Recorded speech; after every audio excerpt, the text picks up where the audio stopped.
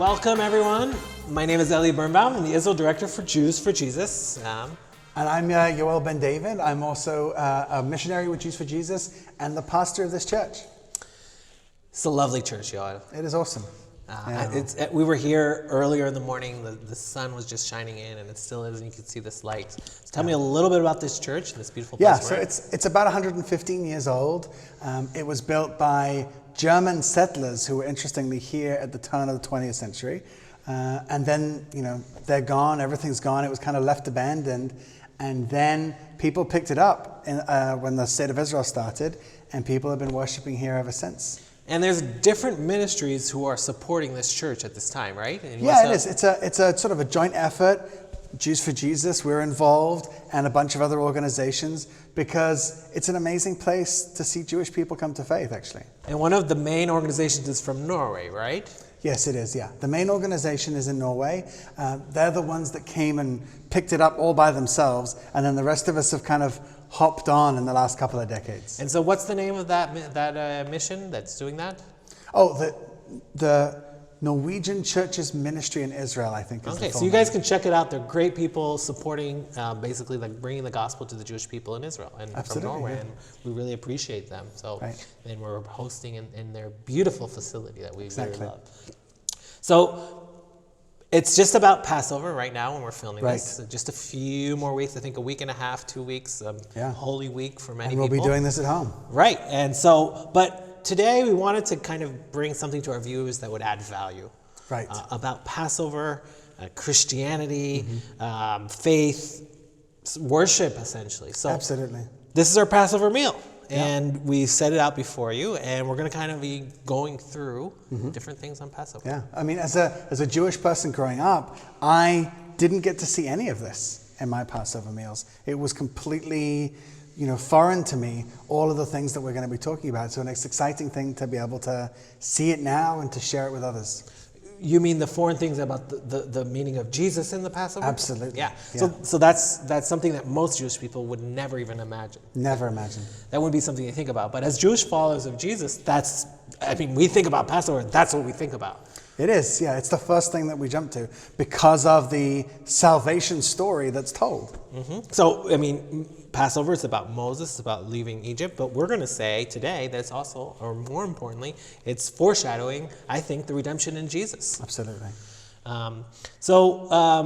Growing up, celebrating Passover, we have this big, big, long meal. And, in Judaism, the way we celebrate things is through meals. Every Friday, we have a meal, and we celebrate together. It's a family-oriented meal, so that's the center of this. And Passover is the most intense meal of the year. Yeah, it's intense, but it's also a moment of worship, as you were saying. It's the table is thought of as an altar in Judaism and Jewish tradition, and so you can see it's actually a worship service. Should be a worship service as we celebrate it. So it's worship service with food. Absolutely. I think some of you guys' churches need to start catching on to that. Yeah. It's a meal. It's a more celebration. than a potluck. Yeah, more than a potluck. And there's great things to eat. There's some bitter things to eat. We'll talk about that. We'll be drinking from the fruit of the vine, or for those of you who allow themselves for wine today, or grape juice, whatever you feel comfortable with. But that's what we're going to be celebrating today. So, but before Passover begins, we do something. What do we do? What we do is we take what is cleaning tools. Right. So these are guys, you got to see this. He's got a feather here. So this is a feather, a spoon, and a napkin. And these tools are used as the husband and the wife. Well, really, the wife does most of the cleaning, and the husband does the Well, in my house, I do at least half of the cleaning, I think. Right. Yeah. Hope my wife isn't watching this. Yeah. So in my house, I really just do the ceremony, and the ceremony is to sweep up the leftover leaven, which is a symbol for sin throughout Scripture, to sweep it up and to take it out of the house, sometimes burn it, or sometimes just throw it in the trash. Burning it's like a real serious purging. Let's talk a moment about that leaven and sin. Right. Because where was it that it was used as a symbol of sin? I can't remember the verse right now. Neither can I, actually. Right. Oh, right. So we're going to have to look that in the comments. So we'll add it. We'll add it on the screen. Basically, I think that symbol of sin is something that basically sin starts with us putting ourselves in the place that only God deserves to be. Absolutely. And that's a place of being puffed up. It is. Just like leaven causes bread to kind of rise, to become puffed up. I know some of you guys are, my brother has these sourdough that he just lets rise and they start coming and it starts eating up. And essentially that's sin. It's the more we think we're putting ourselves in God's place, the more we become rise, we become puffed up. Yep. So by removing the leaven, we're removing that sin. We're trying to stop that sin cycle in our lives. Absolutely. We're trying to get that out, and we're trying to make a change.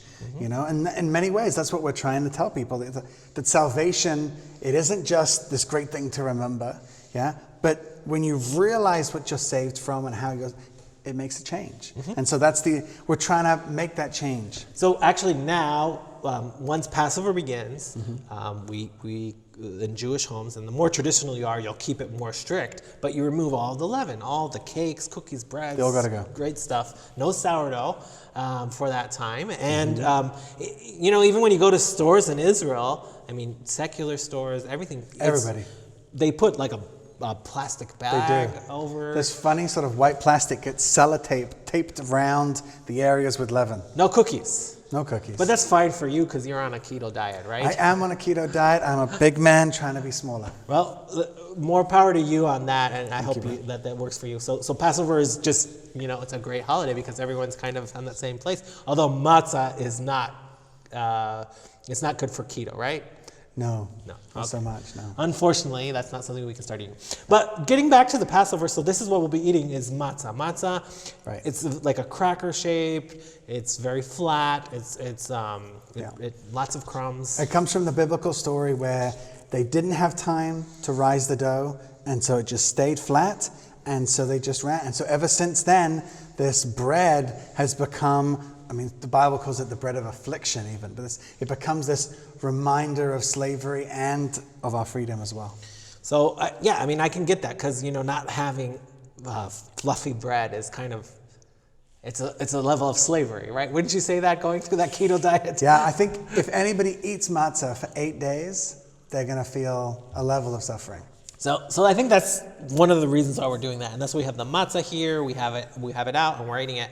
So let's begin with some scripture from reading about Passover. Right. I mean, a lot of times when I've explained this, I read from Luke, who, by the way, also uses meals as a way of talking about Jesus' journey. So he and these meals are kind of him grasping on to the Jewish tradition. Absolutely. Because we don't usually view Luke as a Jew. He's one of the only New Testament writers who probably wasn't Jewish. Right. But he studied under a former rabbi, Paul. And he gets that meal concept, and he begins to use it to lay out the gospel with us through meals. Yeah, the great conversations, discussions, all take place around a meal.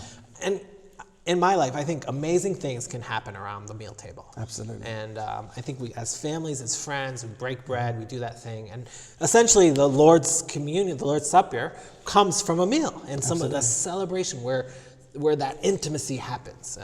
And so that's what we're trying to do in the Lord's Supper as well. So Jesus, he sends his disciples out here. It says this: Then came the day of unleavened bread, on which the Passover lamb had to be sacrificed. So Jesus sent Peter and John, saying, Go and prepare the Passover for us, that we may eat.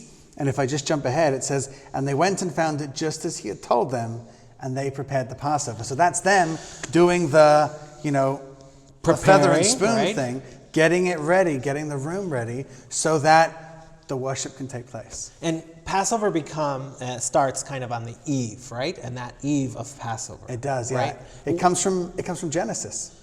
Genesis, right? Like, explain that. So Genesis chapter 1 tells us, as he describes each day, it starts off with, and there was evening, and there was more, and then there was the next day. And so Jewish tradition has always seen the beginning of the day to happen at sunset. They actually debate sunset or the stars coming out, but one of them begins so the it's day. either sunset or 3 stars out or That's something, right? And so then that's why, and that's when we have our Shabbat meal, if you guys have heard about Shabbat meal. And if you guys want us to do a podcast about Shabbat meal, what it means, how it's important, Right. just let us know in the comments. We'd love to kind of see if that's to be something that would add some value to That would be awesome. Here's an idea for a podcast Right. that we can keep doing. So that it starts on the evening of, and then it goes on for the next 7 days, or essentially 8 days, because it's on the 8th day that we can eat bread again, right? Absolutely.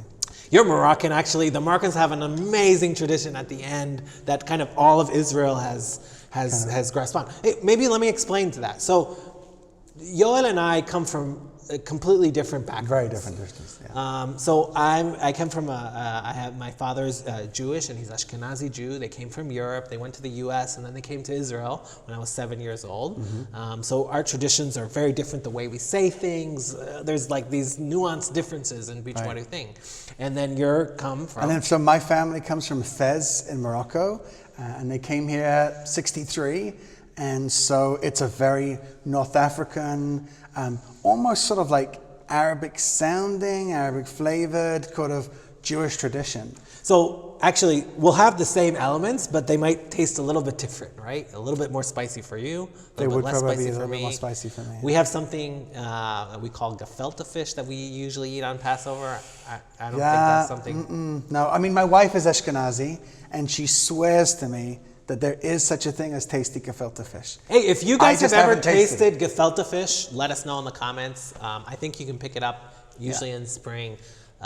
It's, what is it? I don't even know what it is. I mean, it's fish. It's ground fish in some sort of like gel with like. Okay, yeah, that's enough. Well, anyways, not many people like it, but that's kind of the differences. But essentially, our Passover will look very similar, right? Yeah. So in the very essence of it, and obviously in the meaning, it's the same. But the traditions are just so different because we're all different. Right, and so the traditions kind of have a different flavor, a different look to it, but essentially we're going through the same things and the same stories. And a lot of that's the reason why a lot of people, and me included, will kind of say that the traditions of Passover have their origin in the 1st century, in the 2nd century, when they started celebrating it in this certain way around the time of Jesus. Yeah. I mean, one of the things I've always found interesting is that a very important part of our Passover ceremony centers around the afikomen. Which is a Greek word, right? Which is a Greek word. And if you can think of one time in history when Jewish people spoke Greek, it was the 1st century. Right, and that's like an essential part of it. Actually, I mean, I read like there's this theory that one of the afikoman very early on, afikoman actually in Greek means that which comes later. Right. And well, maybe we should show them. We should like show them what happens. Right. Yeah, we have. Here you go. Here's our matzah tosh. Okay, so this is a pouch containing 3 layers of matzah. Right. I know you're thinking it's not a tortilla bag.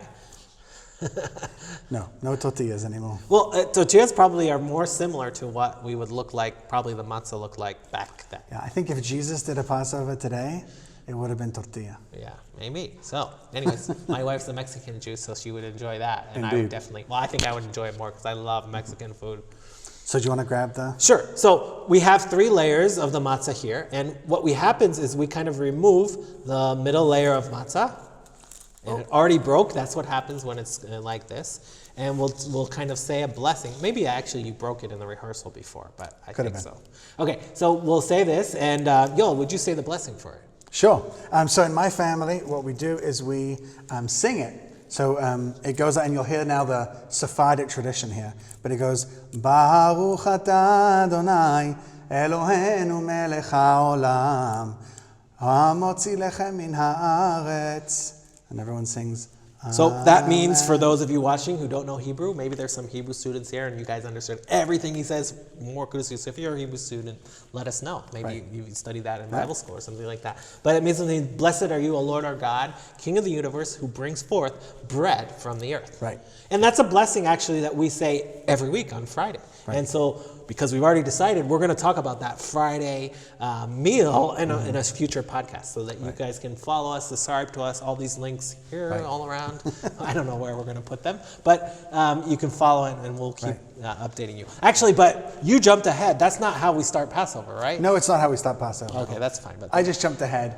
But what we do is we take our broken piece of matzah and we place it in the afikoman bag. And this is, I'm sure your kids are at the age right now that they're going to be absolutely loving Well, this. I'm so excited because I am going to be home for Passover this year. Right.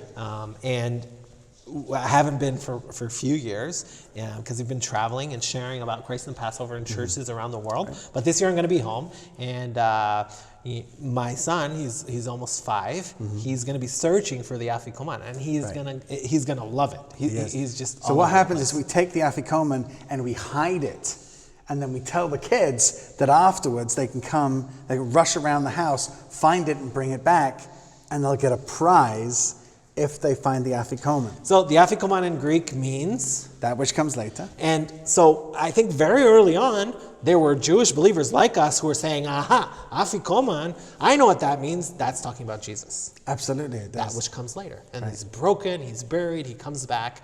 So we'll kind of bring that in to tie that into towards the end. Right. But that's the afikoman. And that's the afikoman right there. That's what we think. So, okay, so we start Passover, and we have 4 cups, right? We do, yeah. We prepare. We've got our bread actually comes right after the first cup, but here we have our 4 cups. Now, people often ask, and I know you get this question as well, do we really sit around and drink 4 whole cups of wine? You know, the kids, the family, are we giving it to the baby? You know, how much wine do Jewish people actually drink? Mm-hmm. Well, yeah, I mean, I think it really depends on the family. It does, right? Yeah. But it's not a time where you're going to be driving afterwards, or you're with your family and it's you're a staying Sabbath. home. You're going to rest. You know. In fact, most religious Jews will turn off everything: their phones, their TV, nothing. Yeah. They won't even turn the lights on and off during that time. So it's a complete rest. Yeah. You can take a sip, you can drink a full cup, you can do this. That's really up to you. I mean, obviously, we want to be filled with the Spirit, not filled with drunkenness of wine, as Paul tells us. So that's kind of how we take it. But I know a lot of people who will just take grape juice, and that's what they'll use for that, because they don't want to have that predicament in taking their meal. Absolutely. And I get that. That's really the way we are. But they do drink wine. I mean, that's important to say. And so we take a little pourer here, and we pour ourselves. That's a beautiful ceramic there, Yoel. You want to tell us where that's from? I do really want to tell you where it's from. This is my wife's work. She makes ceramics. She made our coffee cups as well.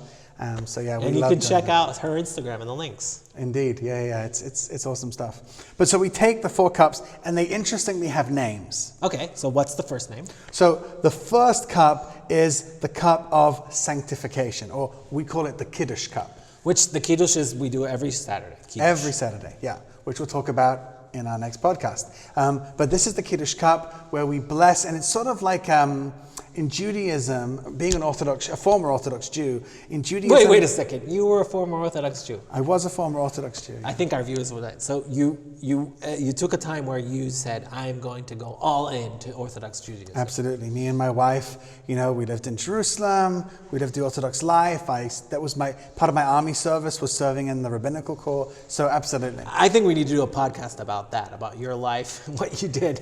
I think people would be interested in hearing, kind of because one day you read Isaiah 53 and your eyes were open to Absolutely, Jesus. Yeah. I mean, there was a lot of reading going on, but eventually when I got to Isaiah 53, that was the moment. Like so many other Jewish people I know. So guys, if you're interested in that, please subscribe, follow us. We're going to be continue to talking about that, and it can be something that we want to bring up in future episodes that we do for you. So, okay, let's get back to this first cup. Right. So the Kiddush cup is taken, and it's a kind of like a blessing that covers all the other stuff. The same way that the blessing over the bread kind of covers all the other foods. This kind of covers all the drinks that you're going to drink at the meal. And so the head of the household will lift it up, the same kind of song, just a different ending. Blessed art thou, O Lord our God, the King of the universe, creator of the fruit of the vine. ברוך אתה אדוני אלוהינו מלך העולם, בורא פרי הגפן. Exactly. For those of us who don't sing as well as Yoel.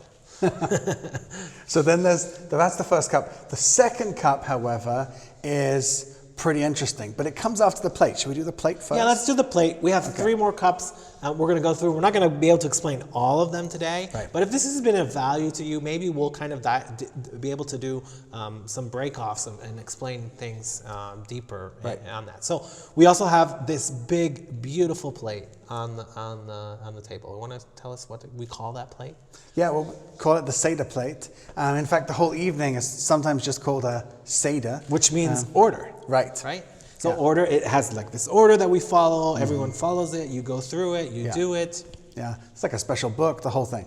But so here at this plate, we have 6 foods. Now, some people have asked me, do we use it to make deviled eggs? Or in England, we call them poached eggs. But no, these symbolic foods are actually used to give us, again, a picture of I think my slavery. grandma had a plate like that for deviled eggs. Yeah, I'm not sure. But you can get a ceramic one. I think it would be a little bit better. Right, and I don't think they have not all of them have the dips. But you've got this place and where and this plate, we put everything here, did, all these things. And it takes us through, again, these imageries and this moment of suffering and redemption. You know? And we were talking a little earlier, actually, about how meals, they're about not only remembering, but also identifying, right? There's this sort of connection. Right, so that when, as you're celebrating it, you're remembering, I mean, the book that with it we help to go through that order, the Haggadah, it's called the Telling, actually reminds us and says, you should take the story of Passover personally. Right. As though each and every one of you had been in slavery.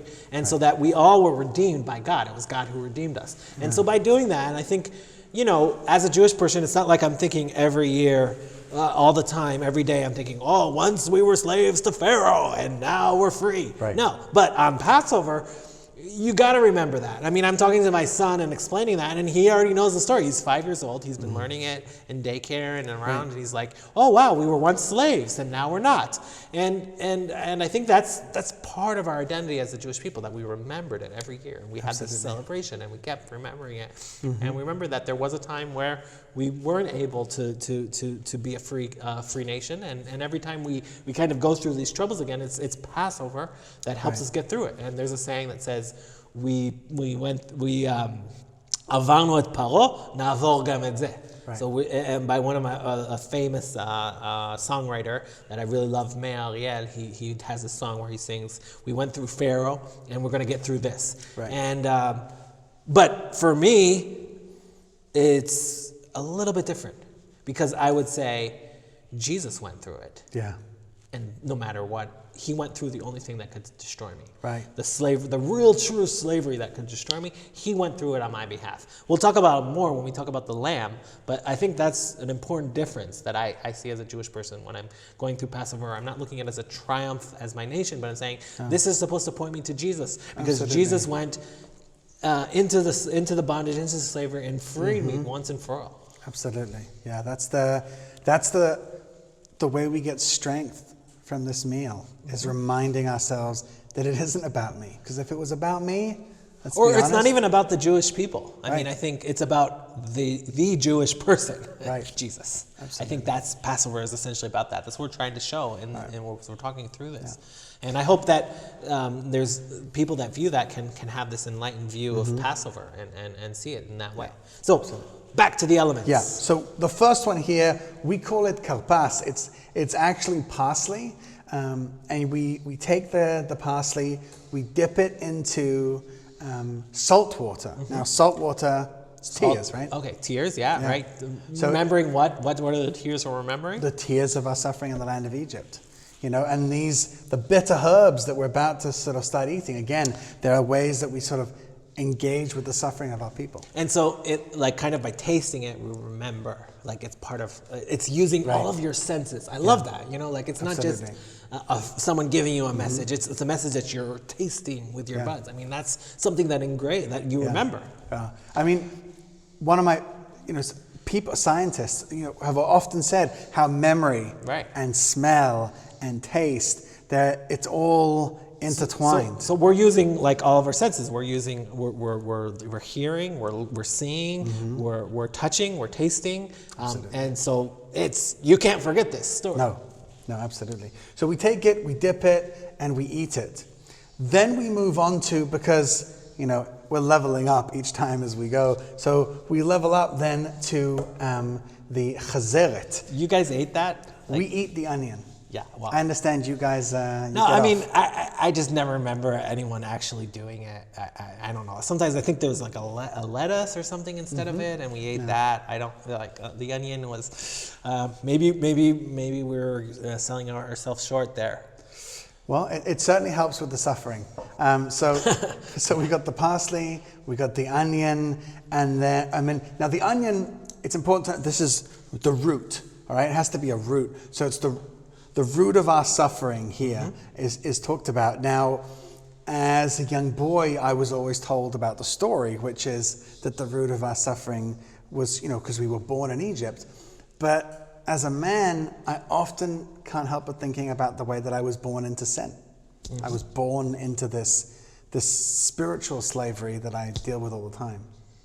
And then we come to maror. And are we really supposed to eat a full teaspoon of this? I mean, I don't know. But I think the point of this thing is we kind of want to get us crying, right? Yeah, right. I mean, me and my wife, we always push ourselves because we always want to be like hardcore. And so we did wasabi one year, which was a terrible mistake. Wasabi, that's the Japanese horseradish. Okay, so the horseradish here, eat a teaspoon of that. And then we get on to something called charoset. Right. Charoset, this is kind of to represent the bricks, the mortar. So we remember that they made mortar, they made bricks. Right.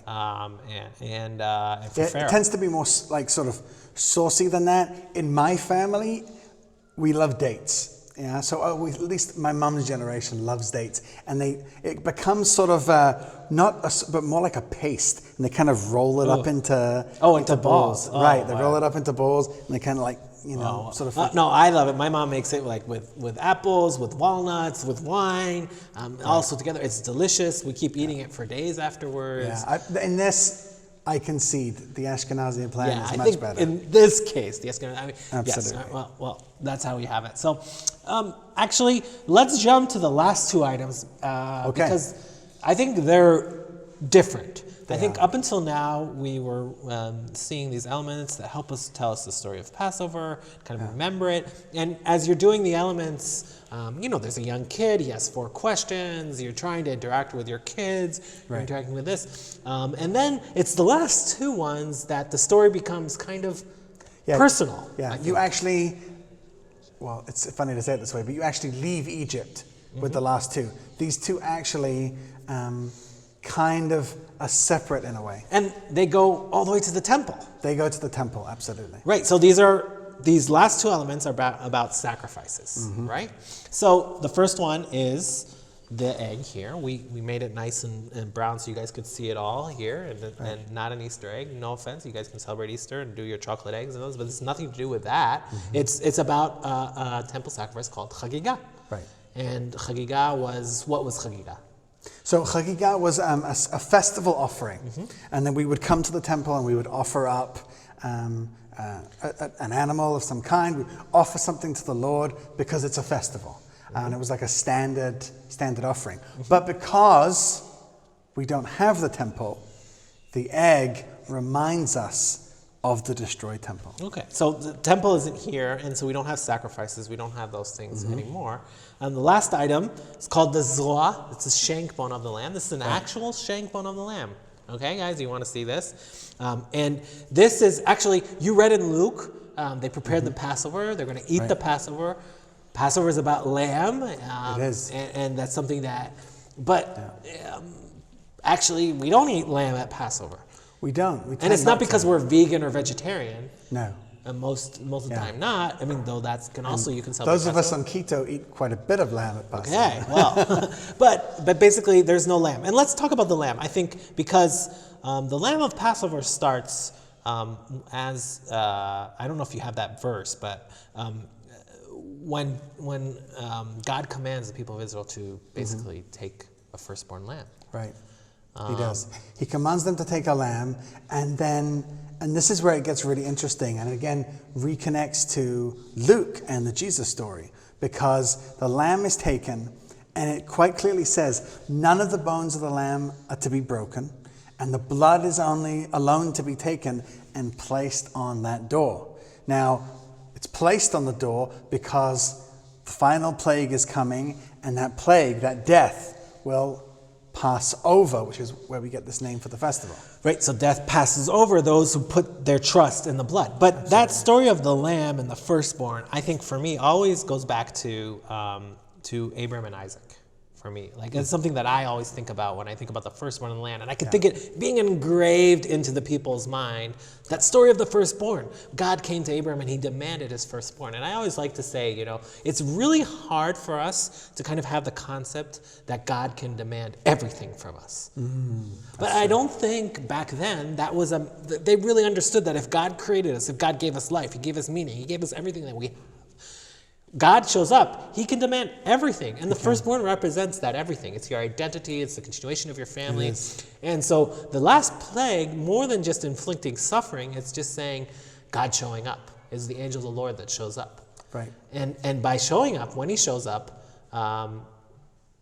we're in trouble, I think.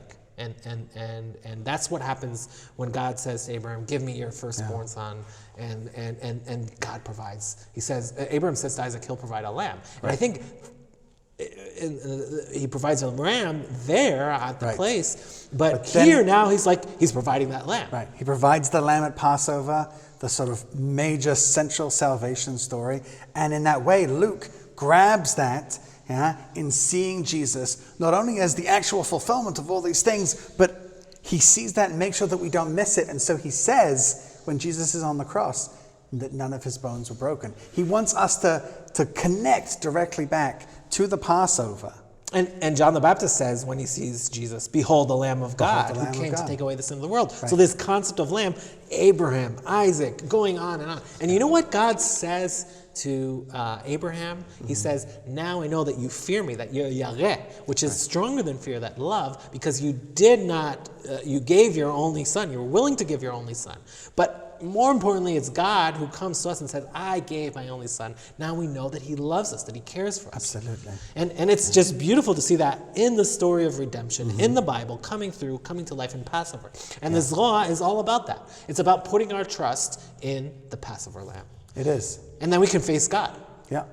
And it's knowing that God doesn't only demand everything of us, but gives everything as he gives his son. So as I was saying, what I find amazing in the story of the giving of the firstborn and the death of the firstborn and Isaac is that God sees that he's asking everything from us, and so is willing to give everything in his son. Well, okay, that you just put it in a way that I've been trying to put my head around for a long time. And I think that's just a great way to put it. So that because God is asking everything, but the only way we could ever be able to give everything is if we see him giving everything for us. Absolutely. And that's the gospel there. Is that, remember, sin caused us to puff up, to put ourselves in God's place. I think it was John Stott who said that sin is when we put ourselves in the place that only God deserves to be. Right. And then it's when God who puts us in the place that only we deserve to be. And that's where the gospel comes. And when we see that, that's when this becomes worship, I think. When Passover becomes more of a worship. Because not just worshiping because we left slavery, but we left sin. And death itself is something that we've overcome. And in that, it becomes transformative. Absolutely. And I think celebrating Passover can be a transformative meal for everyone that we do that. And we're going to tie it into the Lord's Supper. So I think that can also be a very transformative experience every week or every month or whatever that the way you celebrate it. I think when we see it in that way, it just becomes that celebratory moment. It does, yeah. So the cup. Yeah, the second cup is the cup of plagues, and there were 10 plagues that were poured out upon the Egyptians. Each of them kind of bring this structure. I like, I don't know how like accurate this is, but I think it was in that movie they did about Moses with Christian Bale. What was it called? Oh, I forget. I don't think I even saw that. Actually. But they kind of like looked at the plagues and they compared them to the gods of that time, and it was kind of overcoming those gods. Right. I don't know how accurate that is. I'm not an expert in Egyptian paganism, Egyptology. But it's just an important concept to just see God controlling nature, everything. I mean, just He is in control, and bringing these plagues actually. There's a level of suffering there, but it brings a greater story of redemption to all of humanity, even to Egyptians. Yeah, it does, yeah. And I think people often miss this, but the Jewish people from that point on had to give a sacrifice to redeem their firstborn because the Egyptians, so that at no point were we allowed to forget the suffering of the Egyptians in our worship to God. And especially here at this cup. And that's the Pidyon Ben, the redemption of the Son. The redemption of the Son, right. And so even at this cup, we're instructed to remove So you take, this is really fun. You take 10, you take your finger, 10 drops on the plague, recite the 10 plagues. The drops come out and you remove joy from your worship service. Why? To remember the suffering of the people of Egypt. Okay. Yeah, well, so that's the second cup, the cup of plagues. And then let's jump up ahead to the third cup, which is the important cup. Now, yeah. So now... I mean, I think it's important. I don't know. Yeah, I'm not sure how important it is in Judaism, or is it that important? What do you think? I think it actually is incredibly important because it's after the meal. Yeah, and we actually see this in... this is kind of where you separate the sheep from the goats, those that do the ceremony that continues after the meal. Because what happens is we do everything up to the second plague, we sing songs, we do all these things together, everyone does it. It can take anywhere from between 20 minutes to an hour and a half, depends how many times you go over the choruses. I know there's some charismatic people watching or Pentecostal, you guys like to sing songs many, many times. Absolutely. And same way, and some people in their homes, they just like to sing the song beautifully. And some people, more maybe reformed, who would ask one verse, one chorus. I don't know. Anyways, whatever. It's all in good humor. Right. But and so it takes different time. But then we finally eat, and then those of us that are serious, we continue afterwards. Absolutely. Yeah. And that's the third cup. There are lots of families after the meal. It's like I'm done. But yeah, after the meal, that's when this third cup comes, and we hear it in some traditional people. Call it the words of institution, what we say when we take the Lord's Supper. And after supper, he took the cup, right? So after supper, we take the cup, and this is the cup of redemption. So that's exactly what we think, what we believe, or more than think, we believe, is the cup that Jesus took after the meal. Absolutely. This is the cup he took after the meal. But wait a second. I remember the Afikoman. Does that needs to come back now, right? That comes back now. This is when the kids... at the end of the meal, have all the fun. Hopefully use up some of the sugar high that they're on right now. Right, and this is like supposed to be the last thing you eat, right? So they've already eaten the cakes and all the things that, without leaven, cakes without leaven, of course, but they've eaten that, and then this is the last thing that you eat. It's redeemed. The head of the household has to pay a price for it. You can't just take it from the kid. You have to pay. Usually, hopefully it's money in your household, but actually if you're a religious Jew, you can't give money right then, right? No, you're really not supposed to. It's often like a candy, sort of more sugar, not very wise. Because religious Jews during the Sabbath won't carry money in their pockets. Absolutely. And because there's no commerce, nothing like that is done. Because it would connect to the 6 days of the work week. And so on a Sabbath... So you get the Afikoman, which I remind you, that comes later. We take it out, and now everyone has to eat their final meal for the day. Absolutely. And so this is the Afikoman. Right. If you can imagine, now everyone needs to eat it. Yeah. Right? So we're gonna like, I don't know how big your family is. Your Moroccan family, pretty big? The full family, Right. yeah. If so, it's everyone celebrating together. If it's all the uncles, the cousins, and this, Yeah. it can be big. So we got to break this into these small pieces, right? Yeah. And we take it together with the third cup. which is the cup of redemption, kos hageula. Right. And we take it, and you guys, if you look at this, I mean, this has got to be familiar, right? Yeah.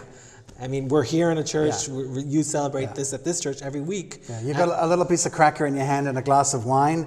If you're a Christian, you know what's happening. Right, and so this is really the origin of the Lord's Supper, our communion is it. service, and it's taking that, and I like to say it like, you know, the fruit of the vine, it represents the blood, the bread, represents the body that was broken for us. Yeah. I know a lot of people like to say that it's pierced, it's striped. It is, It's but all I think these that things. it's the story of this piece of bread throughout the meal that I think most speaks to it. The fact that it was sort of, you know, hidden away. Yeah, in a bag of a 3-in-1 bag. Right, and we like to say, as Jewish followers of Jesus, that that's representing that 3-in-1. Obviously, in Judaism, that's not how they explain it, but that's how we love to explain it. Yeah, it's the 3-in-1 bag.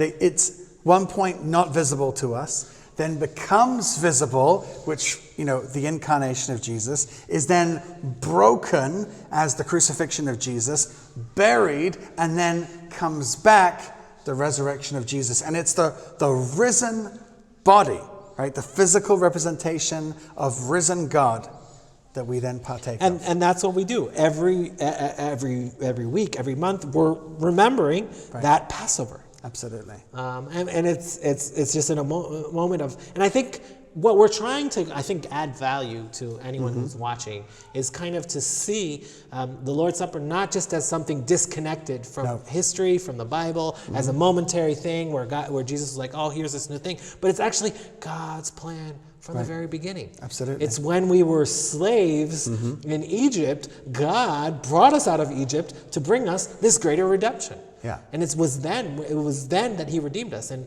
when we were still slaves, when we were still bondage. And that's what we're remembering with the Lord's Supper. Right. And that's, you know, and so whether it's like you're doing a Holy Communion on Easter Sunday or the Lord's Supper on Resurrection Sunday or whatever names you give it, this is the thing, this is the moment, this is what you want to be remembering and participating in as you're there. Yeah, and this is my body that is broken for you, for all of us. Do this in remembrance of me. And I think God's story starts in Genesis before, and it brings us in his story that becomes his story of redemption. Absolutely.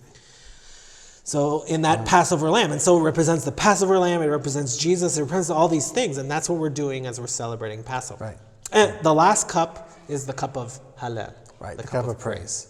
Yeah. And so we end reading through Psalms, praising God, and just remembering all that he's done for us in that story of redemption. Yeah. You know, I've often joked that sort of, you know, after your fourth cup of wine, that's when the singing happens. But yeah, it's the singing and the ending. Another difference between us would be that my family actually sings that last song. Remember the song about the goat and the thing and this one? Yeah. So they sing it in Arabic. Oh wow! You know, they just sing it in Arabic. But by that, you know, everyone's sort of, we're done because the crescendo has happened, and then now it's just, you know, moving on from there. But what I like is that after we celebrate this, you know, the follow-up is praise, which is kind of speaking to us as disciples. You know, that's now that he has accomplished everything, the rest is praise.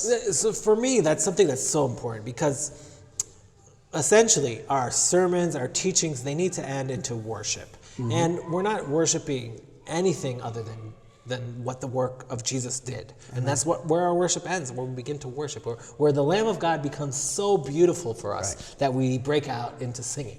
There you go. And I think that's what's happening here. That's what's supposed to happen. That's exactly what's happening. Is we just break out into this singing and saying, he redeemed us. It's when we were in bondage, he redeemed us. And we remember the bondage, we taste the bitterness of the bondage, but then we taste that sweetness of redemption. And we just turn into praise. And that's the gospel just happening in that transforming. And I think that can happen to you in the Passover. Now, I think there's just one last cup. There is. It's sitting here on the table. Yeah. the elephant in the room. Right. But I think, and I'll tell you why I think it's the elephant in the room, because this is the cup of Elijah. Yeah. And for those of you who are watching, I think it's something that's really close to our hearts. And I'll explain why. Because the cup of Elijah says that basically what will happen, we have a place setting, we're set up, Elijah.